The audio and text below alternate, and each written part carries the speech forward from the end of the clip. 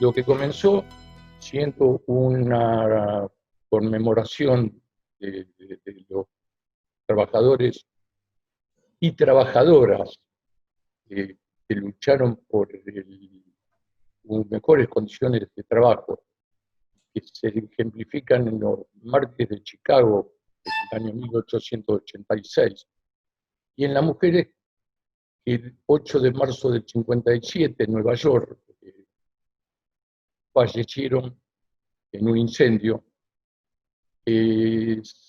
terminó deviniendo en una especie de mixta de festejo con conmemoración, ¿verdad?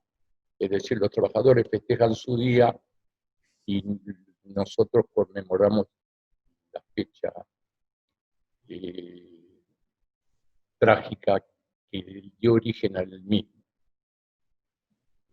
Tan es así que en Estados Unidos no se festeja o se conmemora hoy el Día del Trabajo, es otra fecha, creo que en julio.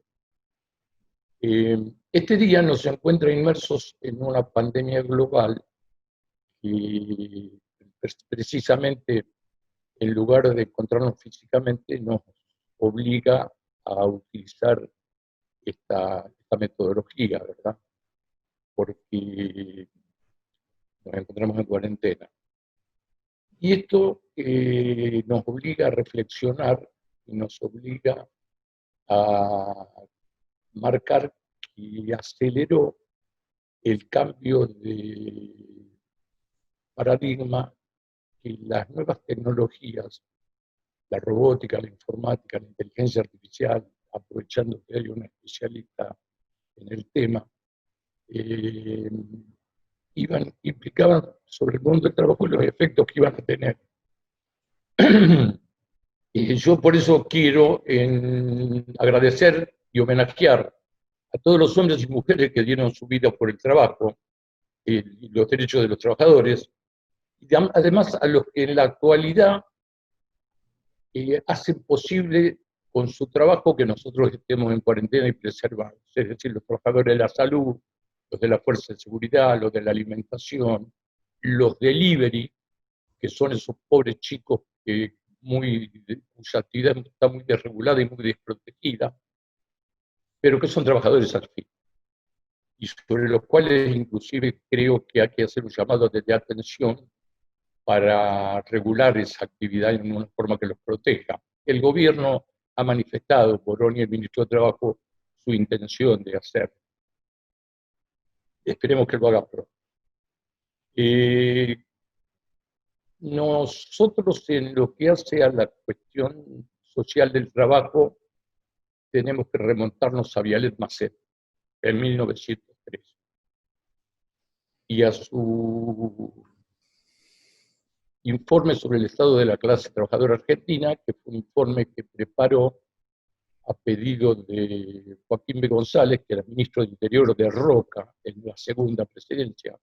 Roca, que es el presidente el primer presidente argentino que fue reelecto y el único que fue reelecto bajo la Constitución de 1853 o de 1860, según cómo se lo mire. Después, bueno, hubo otros, Perón, Menem, Cristina, que también fue la primera mujer electa presidenta y después también fue reelecta. Eso dio origen a un proyecto de código del trabajo de Joaquín B. González, que fue rechazado por derecha y por izquierda. Por derecha, por el establishment que se resistía a otorgar los beneficios y asumir los mayores costos que esos beneficios implicaban para la clase trabajadora, y por izquierda porque la postura anarcosindicalista del Pacto de Solidaridad aprobado en el cuarto Congreso de la FORA en 1904, planteaba terminantemente que no tenía que ser concesión del poder dominante la obtención de beneficios, sino que tenía que ser obtenido por la lucha de los trabajadores. Y solo fue aprobado ese proyecto una Dirección Nacional de Relaciones del Trabajo, que luego Perón en el 43 la convertiría en Secretaría de Trabajo y Producción, que sería lo que le dio entidad y le dio el perfil para hacer lo que hoy es el Ministerio de Trabajo, y que en realidad fue utilizada durante muchas épocas para aplicar la ley de residencia, es decir, la ley donde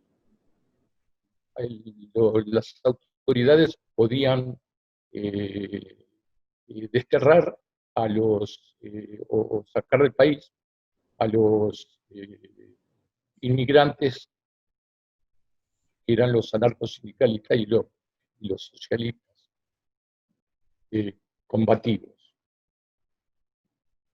Desde el proyecto de Joaquín B. González hasta el 4 de junio de 1943 se suceden unos proyectos de origen socialista, de legisladores socialistas. Alfredo Palacio fue el primer diputado socialista de América por la circunscripción de La Boca, en una elección en la cual se había dividido la capital en circunscripciones. Y, por ejemplo, promovió y tuvo sanción en la ley 96 de 88 de accidentes de trabajo, que fue obra de iniciativa de Palacios y que fue promulgada por Victorino de la Plaza, que es, a título anecdótico, el único argentino que presidió los tres poderes, porque por fallecimiento de Roque Sáenz Peña llegó a presidente, obviamente al ser vicepresidente era presidente de la Asamblea Legislativa y a su vez había sido presidente de la Corte Suprema de Justicia de la Nación. La ley 14455 de jornada de trabajo, que también, si bien fue implementada en esa ley, había sido también regulada bajo el gobierno de Hipólito Yrigoyen. La ley 11729 de 1934, que fue iniciativa del diputado socialista Enrique Digman, siguiendo los postulados de Alfredo Palacios. Digman era un dirigente mercantil, un dirigente sindical mercantil, creo que de Bahía Blanca, y esta ley establecía la indemnización por despido, las vacaciones, y regulaba los accidentes de trabajo, pero para los empleados de comercio, porque había sido introducida como una reforma al Código de Comercio. Luego Perón se encargaría de hacerla extensiva a todo el universo laboral. Es decir, que desde el rechazo del del proyecto de código de Joaquín B. González a la sonada del 4 de junio de 1943, que pone fin a lo que Jauretche acertadamente calificó o denominó como década infame, y que impidió el acceso a la presidencia de la Nación de Robustiano Patrón Costa. Prácticamente el mundo del trabajo tuvo muy poco y ningún progreso, y fueron meros proyectos y meras declaraciones. En algún momento se reprochó que Perón había tomado los proyectos de los diputados socialistas y los habían convertido en ley, o en decreto ley. Es cierto esto. Y también es verdad que no solo aprovechó los proyectos de los diputados socialistas, sino que incorporó a dirigentes socialistas a su gabinete. Y si yo mal no recuerdo, Borlengui y era de los empleados de comercio. Y también incorporó a los radicales y excursionistas de Forja. Tan es así que Forja se disolvió cuando llegó el peronismo al poder, porque dijo que había cumplido con su cometido. En este periodo, que es fue convulsionado y fue polémico del 43 al 45, en una sucesión de días luego del golpe de la sonada del 4 de junio, se suceden en la presidencia Rawson, Ramírez y Farrell. Farrell fue el que continuó y tuvo el mayor tiempo entregándole poder a Perón en el 24 de febrero de 1900. No, el 24 de febrero no. El 24 de febrero fueron las elecciones y se lo entregó el 4 de junio del 46, porque Perón había elegido el día del fin de la Semana Trágica, de la década infame, no de la Semana Trágica, para asumir la presidencia. En esto se genera una alianza entre Perón y los trabajadores y Perón y la dirigencia sindical, que no estuvo exenta de desconfianzas y de recelo, como es lógico. Y sacaron unas leyes desde el 43 al 45, como el decreto 33.302 del 45, que hace extensivo a todo el universo laboral, menos a la personal de trabajadora doméstica y a los rurales, de la ley 11.729, que había sido concebida exclusivamente para los trabajadores mercantiles.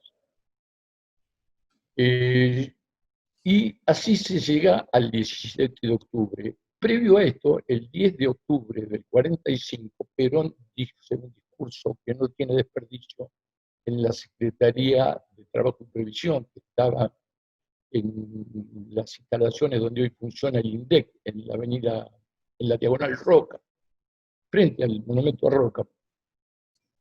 Y pronuncia un discurso porque renuncia a la Secretaría de Trabajo y Previsión. Es un discurso que merece ser leído, que es muy interesante. También en el 17 de octubre no es casual, no es que los trabajadores se levantaron inspirados y dijeron hoy vamos a la Plaza de Mayo a defenderlo a Perón, sino que fue una movilización activada u operada y también espontánea a la vez, es decir, hubo militantes como Cipriano Reyes en Berisso, que habían sido llevados para combatir al dirigente comunista Peter, y que lo había desplazado y había tomado la conducción del Sindicato de la Carne, que es uno de los pilares del 17 de octubre. Todos los gremios de la carne que funcionaban en torno a lo que hoy es la Nuncia Avellaneda, y también en Berisso, que está el frigorífico Suizo. Yo estoy convencido de que Perón, el 17 de octubre del 45, hubiera podido descender del balcón ungido como presidente de facto de la República. Sin embargo, manifestando y comenzando con una profunda vocación democrática que hizo que se convocara elecciones, cosa que se hizo para el 26 de febrero, para el 24 de febrero del 46, donde triunfó la fórmula Perón-Quijano. Pero no fue una elección fácil. Era una elección donde la Unión Democrática juntaba a toda la oposición en un espectro amplio y surtido. Ernesto Sábato, en algún momento de autocrítica, dice: debimos pensar que cuando estábamos caminando al lado de la señora de la Sociedad de Beneficencia, algo estábamos haciendo mal. Pero bueno, la nación incluso tituló Triunfó la Unión Democrática. En este marco se implementó una cultura del trabajo. El trabajo dignifica. Para el peronismo, los únicos hombres son los que trabajan. Se refería a seres humanos, porque la cuestión de género no estaba todavía tan exacerbada, pero también es bueno puntualizarlo. Perón impuso el voto femenino y, en el 52, y también puso la enseñanza universitaria gratuita, que había sido declamada en el año 18, en la reforma del 18, pero que no había sido implementada. También es bueno que lo reconozca, yo soy un producto de la enseñanza universitaria gratuita. Mi padre fue un trabajador de frigorífico Swift de Berizo, y hubiera sido imposible en una universidad paga financiarme los estudios. Entonces, que el peronismo presenta el trabajo como un derecho de ver. Dice, cada uno tiene derecho a un trabajo que le permita atender dignamente las necesidades, la salud y el estudio de su familia. Pero también cada uno debe producir lo que consume. Es decir, claro ejemplo de que era también descalificado la aragandía, ¿no? Y como sobraba el trabajo, la mística del peronismo siempre fue de ocupación plena. Todo esto se plasma en la Constitución de 1949, que introduce el constitucionalismo social en la República Argentina.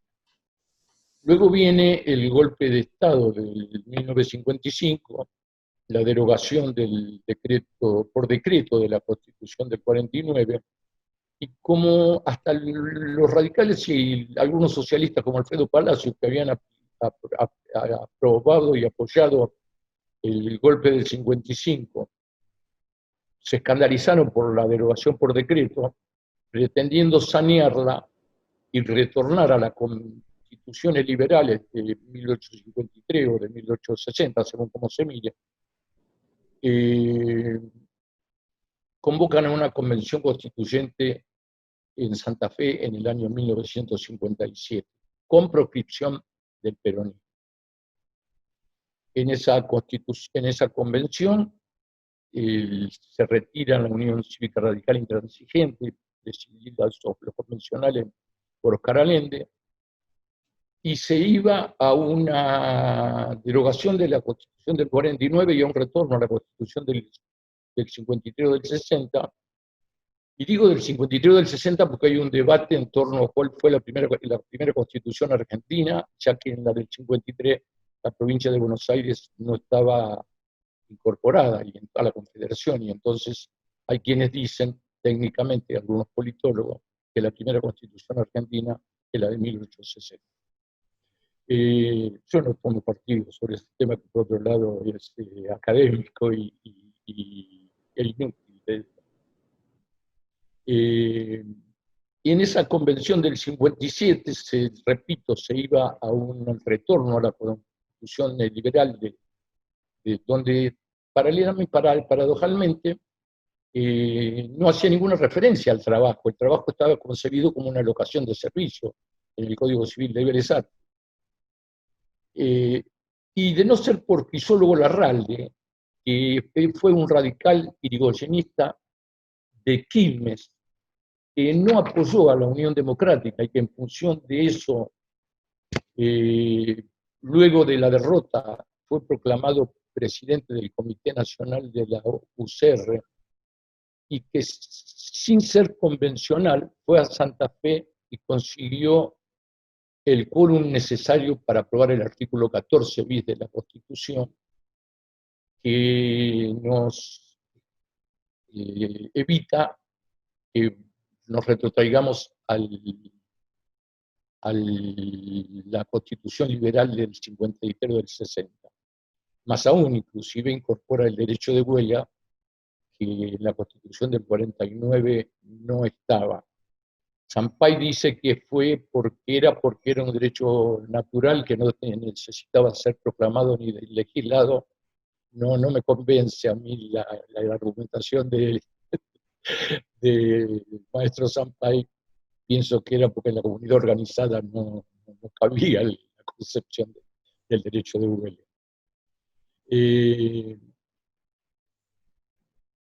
En esta breve síntesis, yo voy a hacer una referencia a que hay dos fechas en el mes de mayo, que son señeras para nosotros.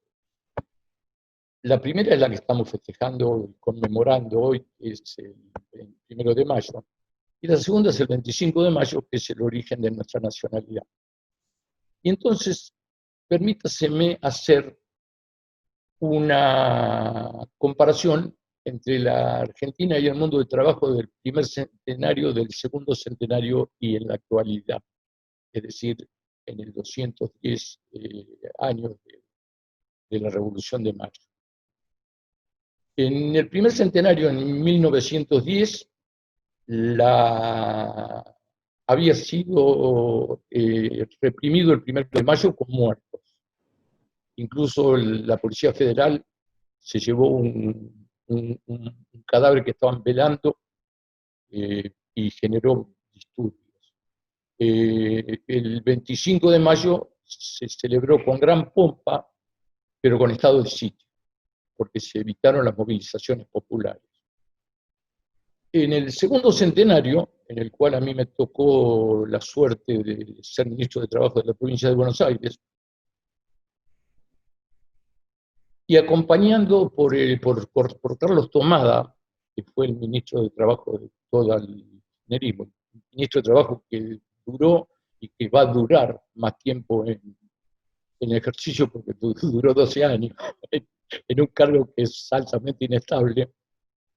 Estuvimos en el Paseo del Trabajo en Avellaneda, con los trabajadores, con la dirigencia sindical, en un marco de reconocimiento y de regocijo. Y también en el segundo centenario de la Revolución de Mayo se vivió una fiesta popular, aparte de no haber estado el estado de sitio, de la cual obvian los comentarios porque es por todos nosotros conocida, ¿verdad?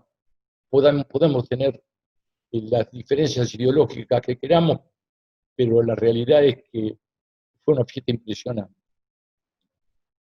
Y en la actualidad nos encontramos con una pandemia que afecta al mundo del trabajo y que anticipa o acelera lo que la OIT ya había previsto en el año 2017 con miras a la celebración de su centenario en el año 2019, que creó una comisión bajo el interrogante ¿cuál es el mundo del trabajo que queremos o cuál es el mundo del trabajo del futuro? Y en ese escenario se plantearon varias alternativas, por ejemplo, y se llevaron a la práctica a modo experimental. Por ejemplo, una renta básica universal que está implementada en Finlandia sobre un colectivo de 2.000 trabajadores. Una reducción de las jornadas de trabajo que está llevada a cabo en los países escandinavos, a título experimental.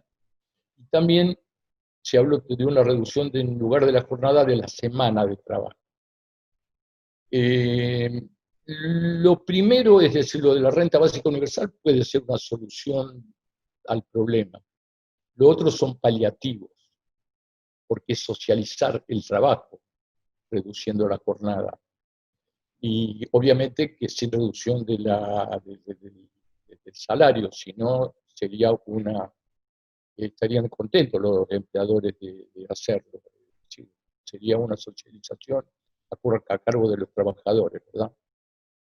Estilo Macri.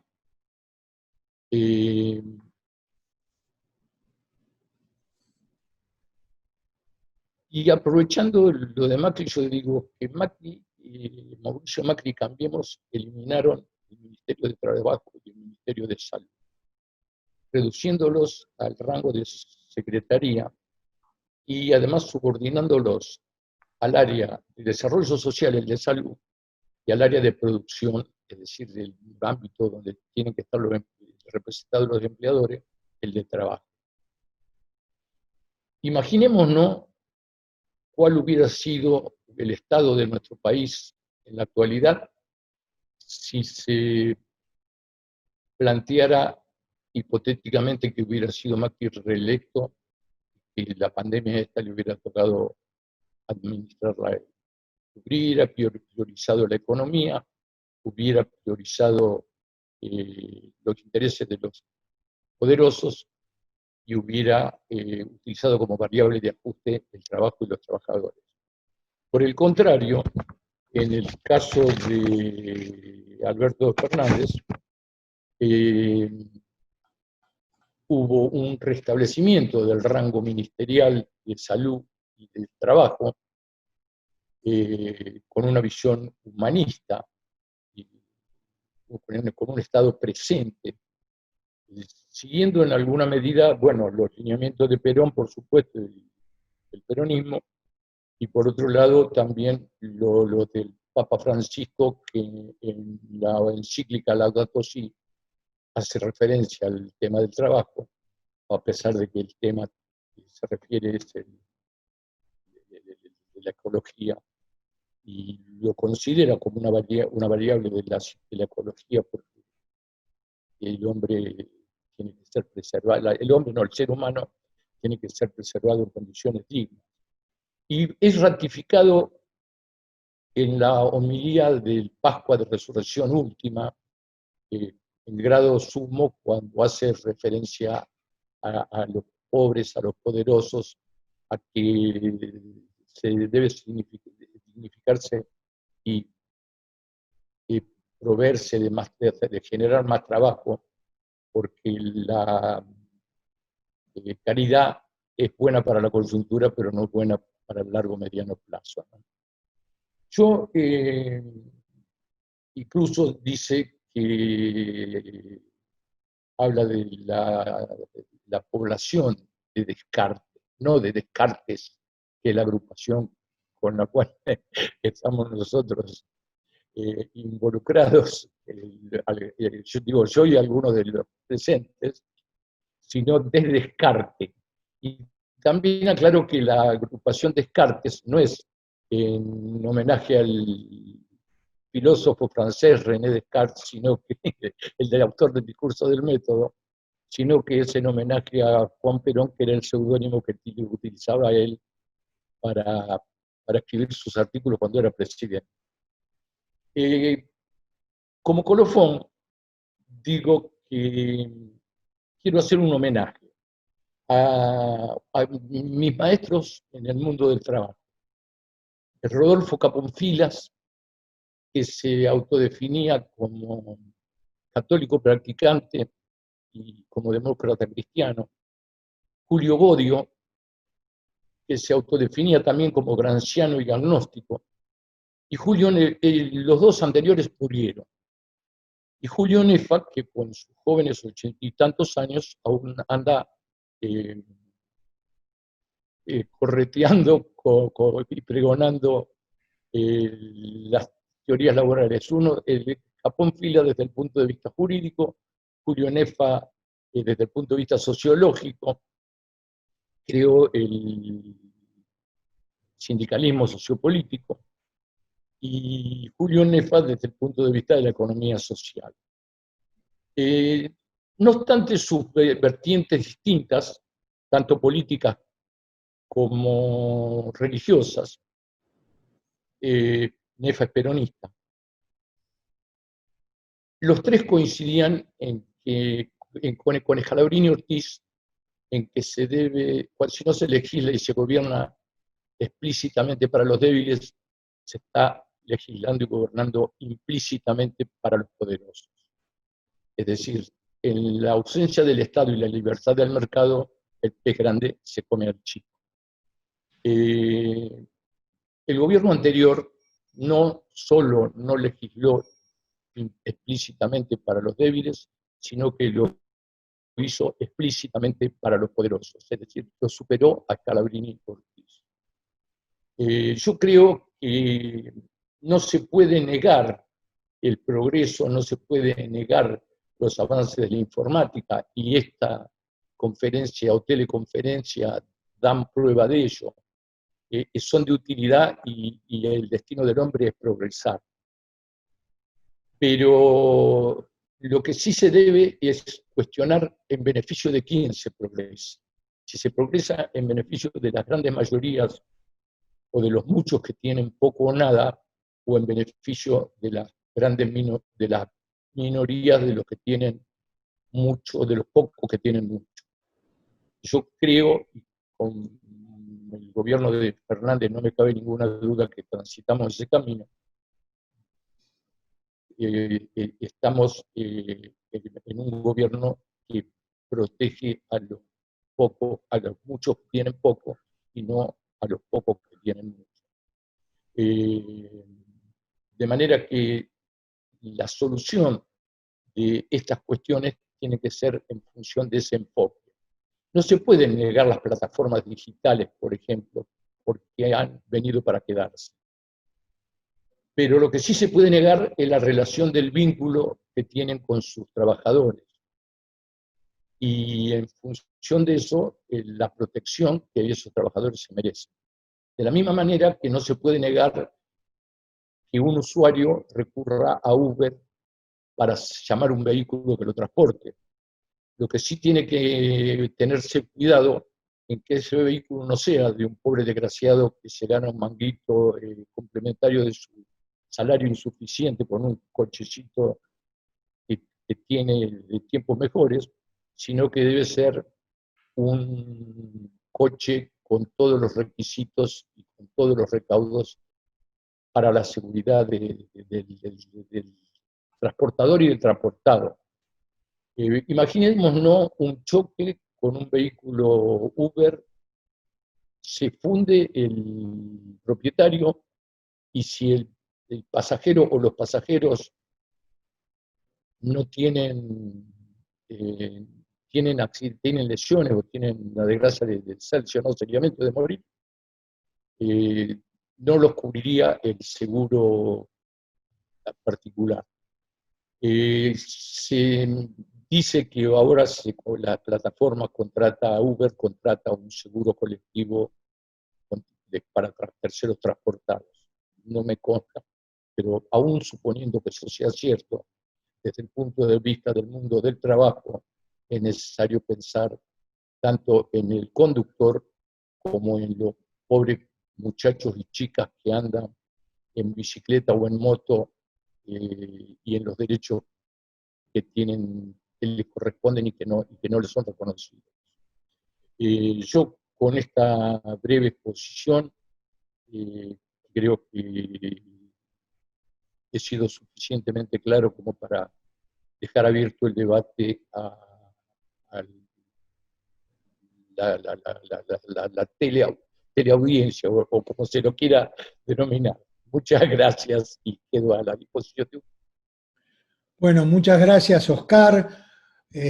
Oscar Cuartango, este hombre que ha declarado su origen humilde con orgullo y agradecido a los años en donde él creció, como crecí yo también, que le permitió ser procurador, que le permitió ser abogado, y desde Ensenada llegó a ser nada menos que ministro de Trabajo de una provincia tan difícil como la provincia de Buenos Aires.